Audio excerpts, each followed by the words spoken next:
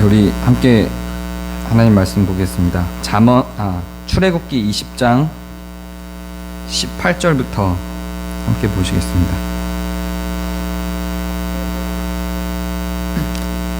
출애굽기 20장 18절부터 주보에는 26절까지도 되어 있는데요. 제가 준비하다 보니까 26절까지 다 못 갔어요. 그래서 21절까지만 읽겠습니다.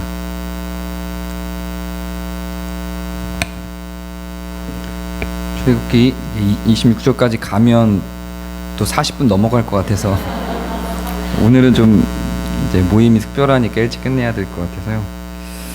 18절 제가 읽고 교독하겠습니다.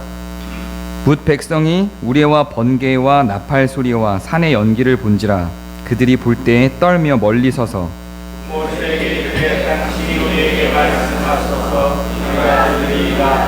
하나님이 우리에게 말씀하시지 말게 하소서 우리가 죽을 만하나이다.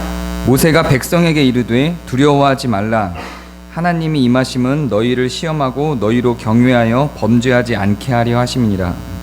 백성은 멀리 서 있고 모세는 하나님이 계신 흑암으로 가까이 가니라. 아멘. 오늘 설교 제목이 하나님을 경외하는 이유입니다. 본문에 하나님을 경외하는 이유가 사실은 이미 나타나 있어요. 근데 우리가 하나님을 경외한다라는 표현을 굉장히 많이 쓰고 사실은 오늘 본문이 이야기하고 있는 하나님을 경외하는 이유하고는 상관없는 방식으로 계속 사용을 하죠.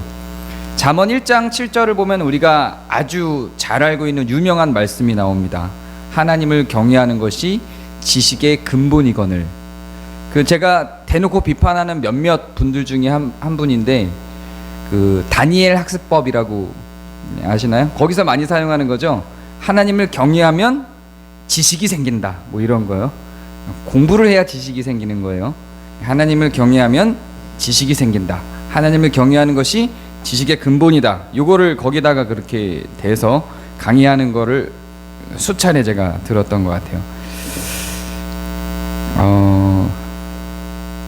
그러면 정말로 이 본문에서 이야기하고 있는 하나님을 경외한다는 뜻은 무엇일까요?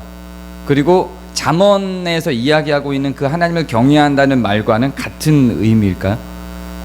우리는 하나님을 경외한다라고 하는 표현을 제대로 이해하고 있을까요? 다른 걸 다 젖혀놓고 그 문장과 본문을 이해하기 위해서 여러분들이 생각할 때 여러분 기준에서의 경외라고 하는 단어는 무슨 뜻이죠? 경외. 그걸로 우리는 대입하겠죠? 성경이 뭘 의도하는가와 상관없이 한국말로 경외가 무슨 뜻인지를 어떻게 내가 이해하고 있는지에 따라서 이 본문을 아마 이해하고 있을 거란 이야기죠. 어떻게 여러분은 경외라는 단어를 이해하고 있으신가요? 좀 이렇게 높은 사람에 대한 두려움도 있지만 기본적으로는 존경의 마음을 담고 있는 것 정도로 우리는 이해하고 있는 것 같아요.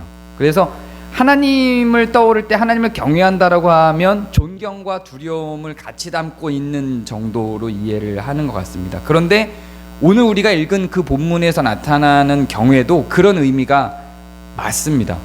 그런 의미가 맞는데 다른 조건부들, 하나님을 경외하는 것과 지식이라고 하는 것이 잘 연결이 안 돼서 갖게 되는 오해들이 많습니다. 오늘 우리가 읽은 본문을 보면요, 그 앞에 하나님을 경외한다라는 말 앞에 두려워 말라로 시작을 합니다. 두려워 말라라고 시작을 하고 그 뒤에 너희로 경외하여 범죄하지 않게 하려 합니다. 이렇게 이야기를 합니다. 두려워하지 마.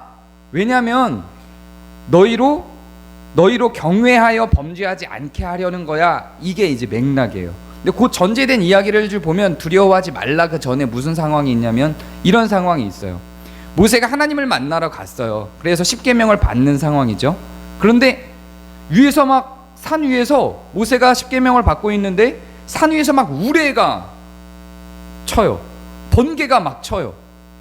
그리고 나팔 소리 같은 것들이 들려요. 신명기에서는 이걸 하나님의 음성이라고 기록을 하고 있고요. 오늘 우리가 읽은 출애굽기에서는 우레와 나팔 소리라고 이야기를 하고 있어요.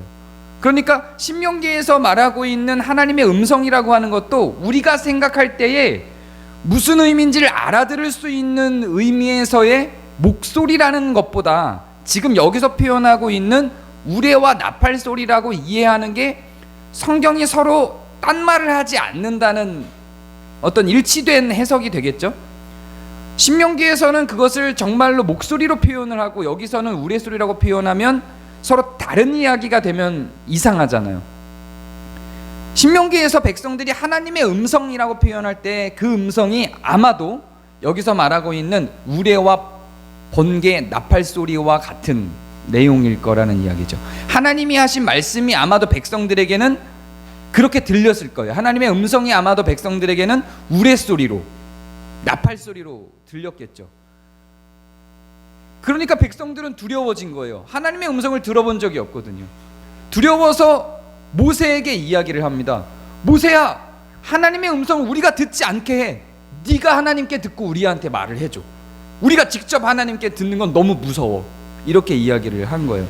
사실은 이스라엘 백성들은 그 전에는 모세가 하나님께서 보낸 선지자라고 자기를 소개하면서 하나님을 이야기할 때, 하나님의 명령을 전할 때 이스라엘 백성들은 하나님께 말하게 해라, 왜 네가 말하냐, 이렇게 이야기를 했거든요. 근데 당장 아주 멀리서 하나님의 음성이 들리니까 그것만으로도 무서워서 말하지 말라 그래, 네가 듣고 전해줘, 이렇게 말을 바꾸죠.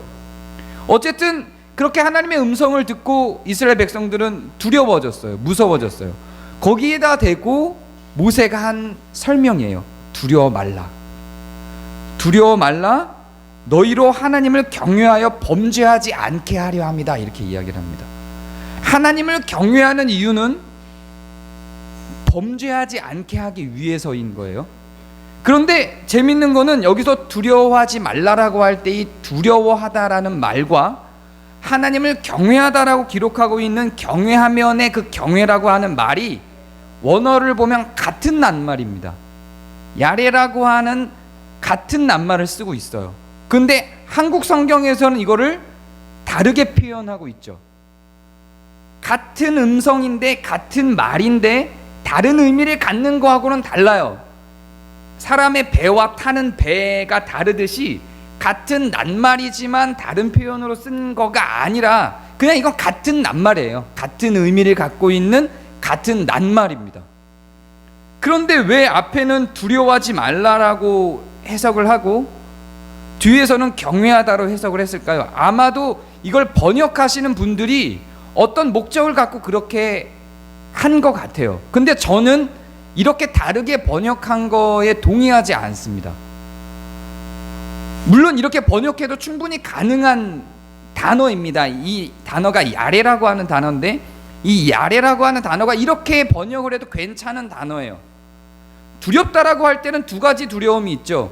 정말로 나한테 어떤 큰 공포를 심어줄 만한 것으로부터의 두려움이 있어요. 이거는 다른 말로 성경에 커프라고 하는 다른 표현이 또 있습니다.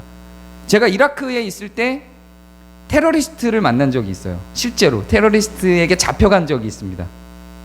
근데 제가 이제 테러리스트에 잡혀갖고 테러리스트들의 차를 타고 가는데 이 테러리스트들이 저한테 이야기를 하기를 너 기자냐 이래서 제가 그 당시에 이제 카메라에 KBS 딱지를 붙이고 다니고 실제로 신분을 그렇게 갖고 갔어요. 그 KBS 기자 신분을 갖고 갔었거든요. 그렇게 간 상황이고 카메라에 KBS가 붙어 있으니까 나를 강제로 태우고 너 기자냐 이렇게 물어본 거예요. 그래서 기자다라고 대답을 하니까 제가 막 눈치를 보고 있으니까 너 무섭냐라고 물어볼 때 아타카프 이렇게 물어봐요. 너 무섭냐? 이럴 때 사용하는 거 그냥 공포스럽다. 이럴 때 사용하는 의미로서의 카프라고 하는 단어가 따로 있고요. 이 야레라고 하는 단어는 이런 거예요. 제가 사우디에 있을 때 한국에서 소포가 왔는데 성경 공부 교재가 왔어요. 그게 종교국에서 발각이 됐습니다. 그래서 종교국으로 제가 그걸 변명하기 위해서 심판을 받으러 가야만 했었어요. 그때 종교국장과 대면하고 있는데 제가 죽은 듯이 고개를 숙이고 있으니까 무섭냐라고 물어볼 때 그때 사용하는 게 야레입니다. 그러니까 막 어떤 귀신이나 이런 어떤 그런 것 때문에 무서운 거를 쓸 때는 커프라는 말을 쓰고요. 권위적인 것에 대한 억압이 느껴질 때는 야레라는 말을 씁니다. 그러니까 이 야레라는 표현은 무섭다라는 의미로도 사용될 수 있지만 경외하다, 굉장히 큰 권력 앞에 서 있을 때의 느낌을 표현하는 용도로도 사용이 됩니다. 여기서는 두려워하지 말라라고 할 때도 야레라는 표현을 썼고요, 하나님을 경외한다라고 하는 표현할 때도 야레라는 말을 썼습니다. 그러면 이렇게 다시 번역해낼 수 있어요. 무서워하지 말라, 두려워하지 말라, 두려워하지 말라, 너희로 하나님을 두려워하게 하여 범죄하지 않게 하려 함이다. 이렇게도 해석을 할 수 있다는 이야기입니다. 이해가 되시죠? 근데 좀 이상하잖아요. 두려워하지 마, 두려워하지 마라고 해놓고 너희로 하나님을 두려워하게 하여 범죄하지 않게 하려 합니다. 그래요. 그러면 두려워하게 하여 범죄하지 않게 합니다라고 하면 되지, 왜 앞에는 이게 말이 안 맞는 것 같잖아요. 좀 두려워하지 말라라고 또 했을까요? 이상하지 않아요? 그래서 아마 번역가들도 앞에는 두려워하지 말라라고 번역을 해놓고 뒤에는 경외하다로 번역을 한 것 같아요. 말이 이상하니까.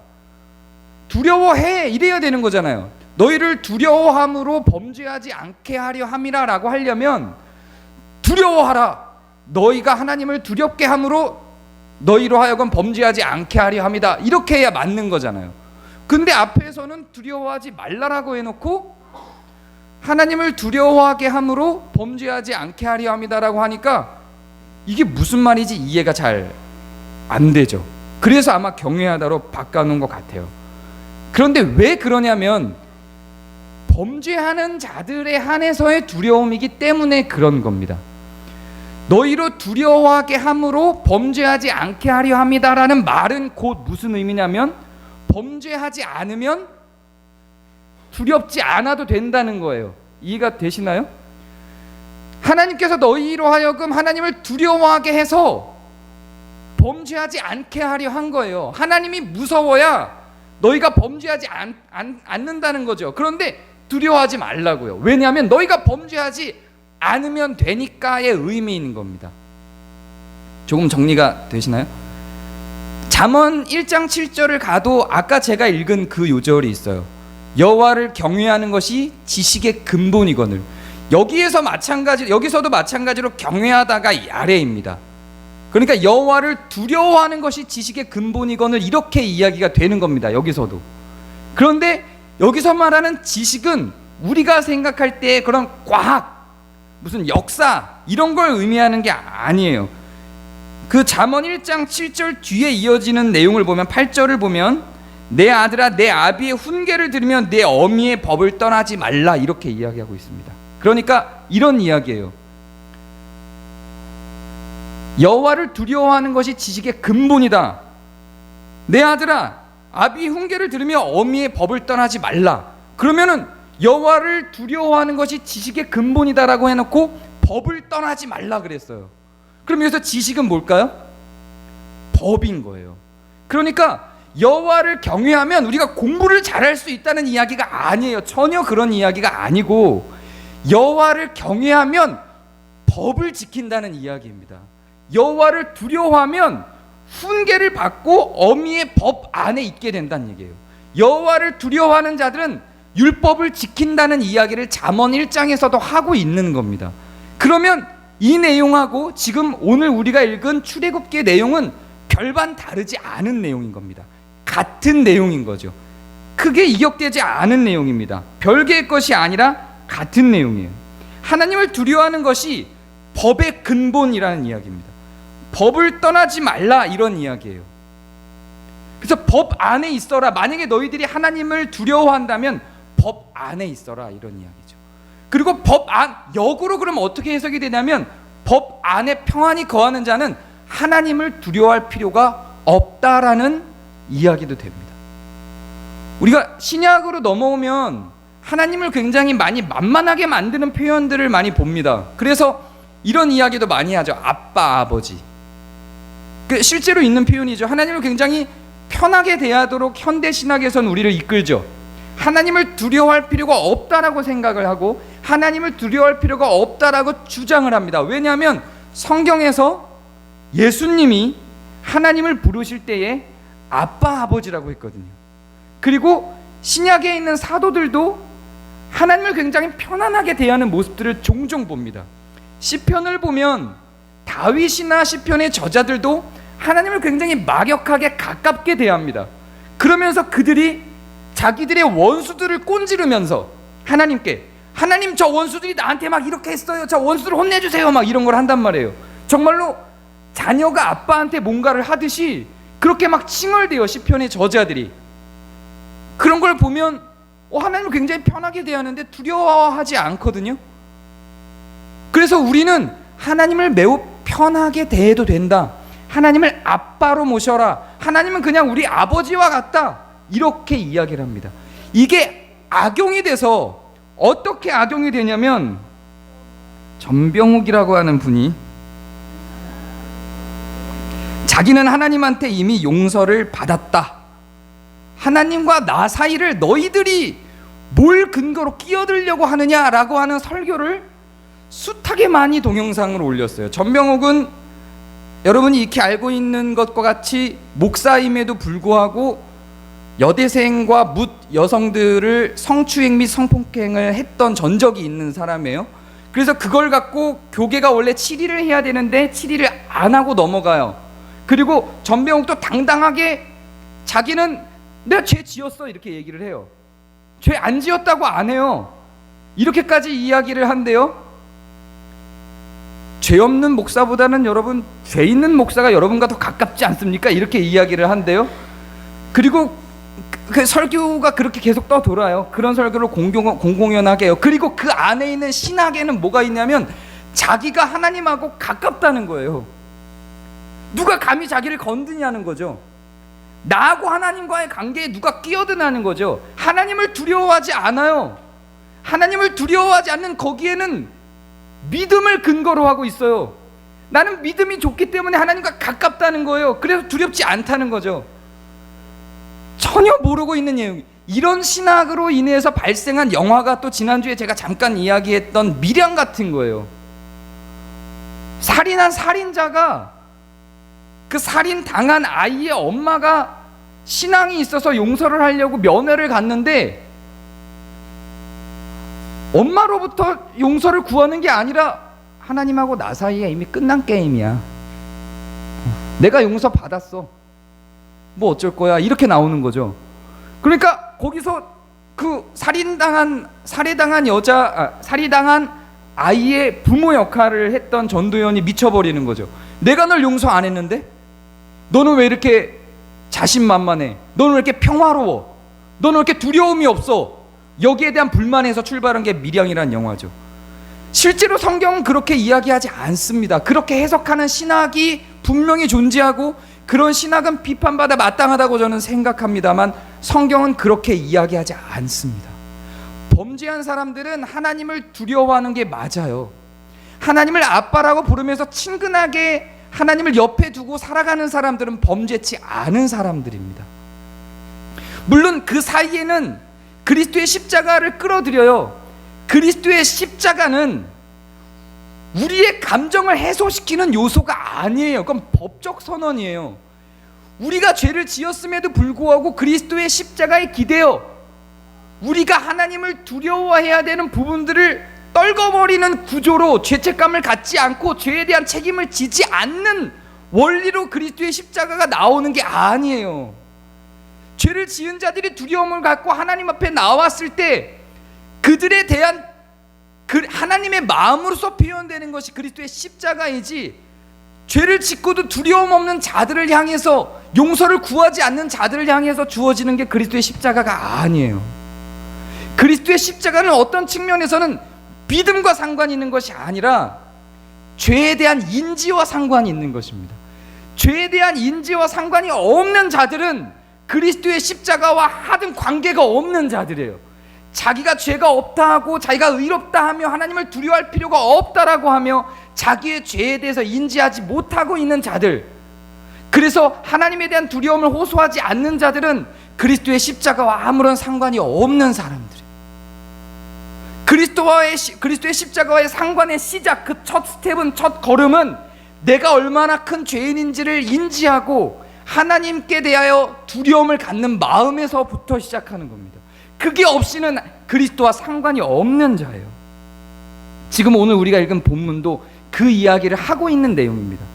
잠언도 그 이야기를 간과하지 않고 지나가고 있습니다. 거기에 우리가 죄의 인지를 갖게 하기 위하여 하나님을 두려워하게 만드는 가장 중요한 요소로 제시되고 있는 것이 율법입니다. 율법에 대한 인지가 없으면 우리는 죄에 대한 인지를 갖지 못하고 하나님에 대한 두려움을 갖지 못합니다. 율법을 통한 죄의 인지가 없이 하나님을 두려워할 때는 완전히 다른 형태로, 잘못된 형태로 하나님을 두려워하게 됩니다. 그때는 힘의 원리와 권력의 원리로 하나님을 두려워하게 되지, 죄나 율법이나 정의에 대한 원리로, 공평과 의로움에 대한 원리로 하나님을 두려워하게 되는 게 아닙니다. 무슨 이야기냐면 우리가 하나님을 두려워할 근거는 죄 때문이에요. 율법 때문이에요. 율법이 있기 때문에 우리는 하나님을 두려워하는 거예요. 율법이라는 기준이 있는데 우리가 그 율법을 충족시키지 못해요. 도둑질 하지 말라 그랬는데 내가 도둑질을 했어요. 거짓 증거하지 말라 그랬는데 내가 수시로 거짓말하고 다녀요. 탐욕하지 말라 그랬는데 내가 탐욕을 해요.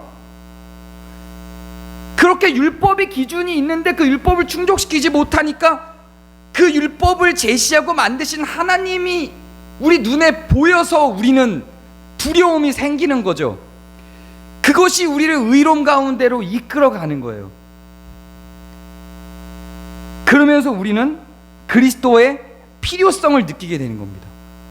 우리를 구원하실 구원자에 대한 필요성을 느끼게 되는 거예요.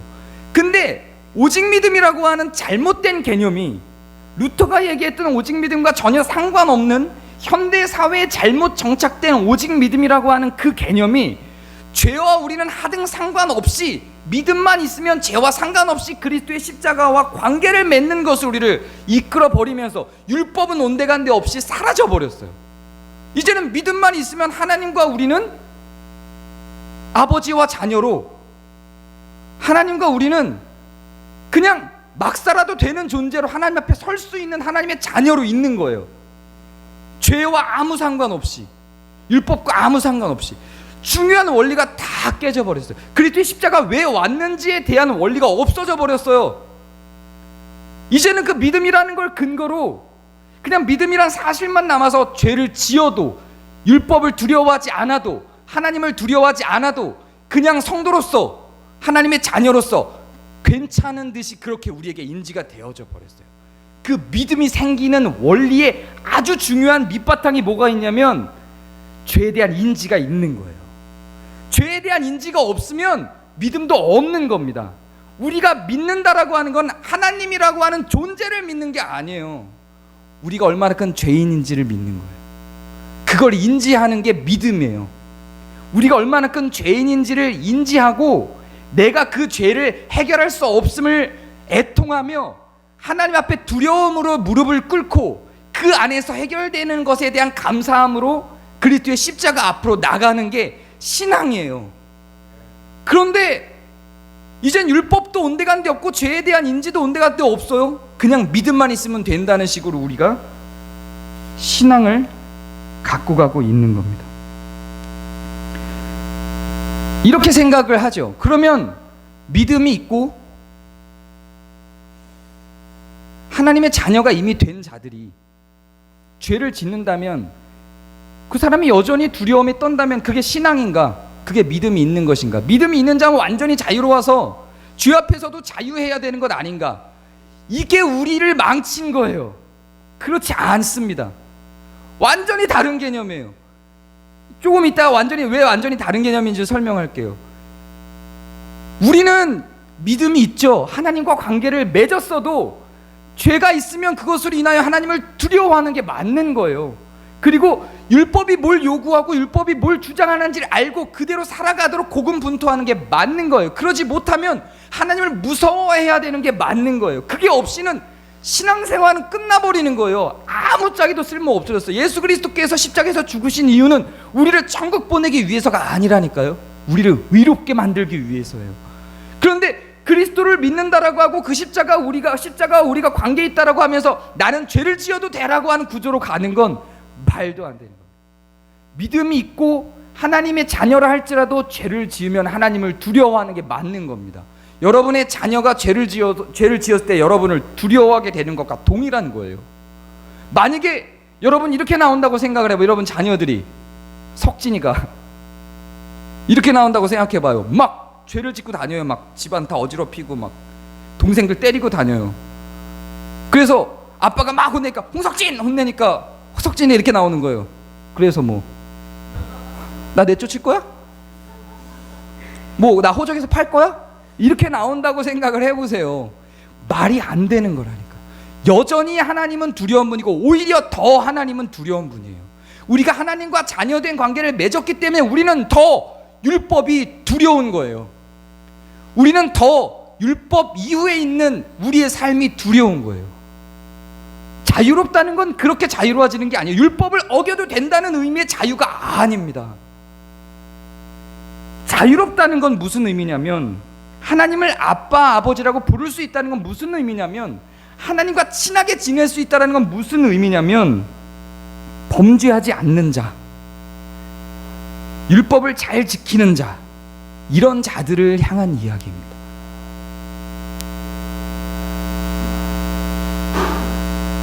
이런 자들한테는 율법이 달콤합니다. 율법이 맛있어요. 아까 잠언에서 그러잖아요. 어미의 법을 떠나지 말라고요. 식사 시간이 7시예요.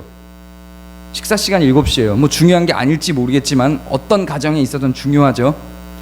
그냥 이게 중요하지 않다라고 생각하는 사람들은 일단 중요하다는 가정 속에서 한번 따라와 주세요. 식사 시간 7시예요.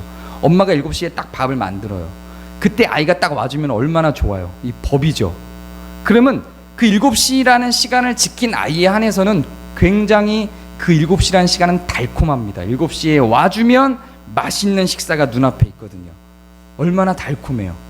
7시를 지켰다는 것이. 그런데 7시 반에 왔어요. 얘가 식사 시간 7시인데 다 먹고 뼈다귀밖에 안 남았어요. 갈치가 싹 없어지고 뼈다귀밖에 안 남았어요. 그리고 나서 짜증내는 거예요. 왜 뼈다귀밖에 안 남았어? 이렇게 짜증내는 거예요. 법 안에서 누리는 자유입니다. 이게 적절한 예인지는 잘 모르겠는데 저한테는 이 먹는 것이 굉장히 적절한 예로 다가와요. 범죄하지 않고 율법을 잘 지키는 자는 그 율법이 달콤해요. 그 율법이 가져다주는 꿀이 달콤해요. 그래서 성경에서는 여러 군데에서 끊임없이 율법을 찬양합니다. 하나님을 찬양하지 않고 율법을 찬양하는 구절들이 굉장히 많아요. 시편의 저자들이 계속해서 율법을 사랑한대요. 율법을 사랑한대요. 아, 이게 미쳤지. 율법을 사랑할 수 있나요? 우린 이렇게 생각하기 쉽죠. 안 지키면 그래요. 근데 지키는 자들한테는 율법이 사랑스러워요. 율법이 달콤하대요. 시편 저자들의 끊임없는 고백이 한두 군데 나온 게 아니에요. 계속되는 고백들이에요. 율법이 즐겁대요. 율법을 지키니까 하나님이 사랑스럽대요. 멋진 표현들이지 않아요? 시편 저자들의 표현들이에요. 율법을 지켜서 안식일에 노예들에게 휴식을 주는 거예요.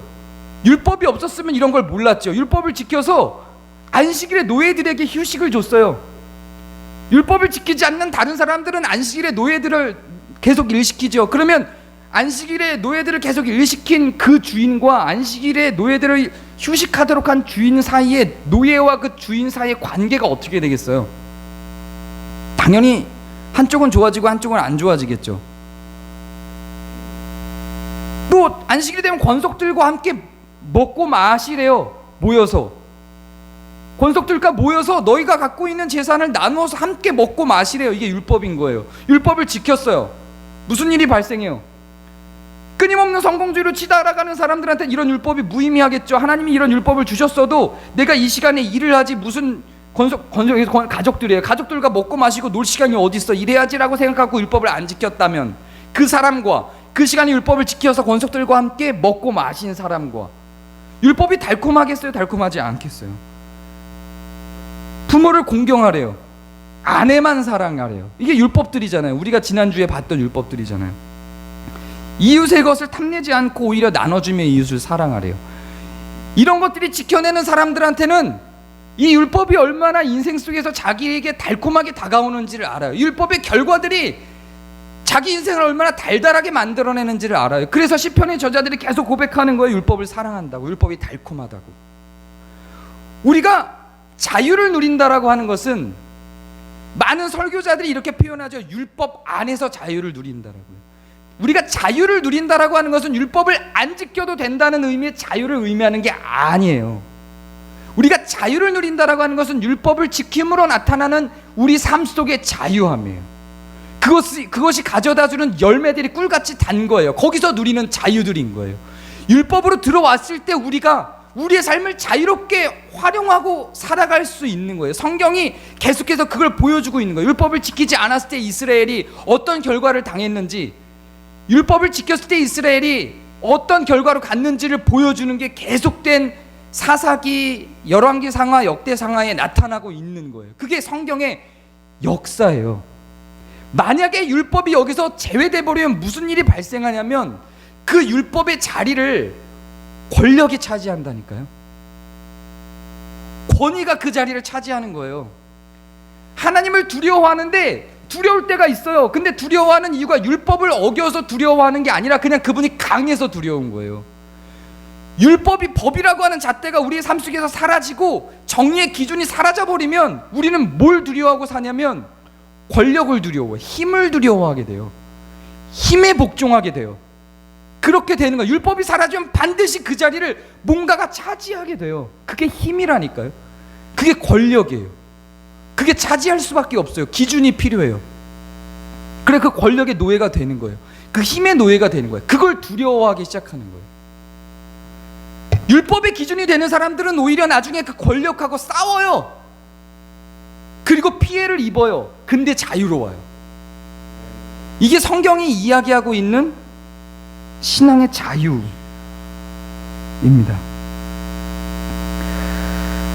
이게 잘 설명이 됐는지 모르겠네. 이게 늘 그래요. 원고 쓸 때는 더 이상 설명할 수 없다 이러고 쓰는데 꼭 설교를 하고 나면은 이게 뭔가 미흡하다 이런 생각이 자꾸 듭니다. 신앙의 자유를 누리시기 바랍니다. 신앙의 자유를 누리시려면 율법 안으로 들어오시는 겁니다. 율법을 무용한 것으로 만들려고 하는 잘못된 신학의 소리에 귀 기울이지 마십시오. 그 다음에 여러분은 공허해져요. 여러분의 삶의 기준과 지표가 이 안에 있어요. 율법 안, 성경이 제시하고 있는 율법 안에 있어요. 근데 그게 걷어지고 나면 공허해져요.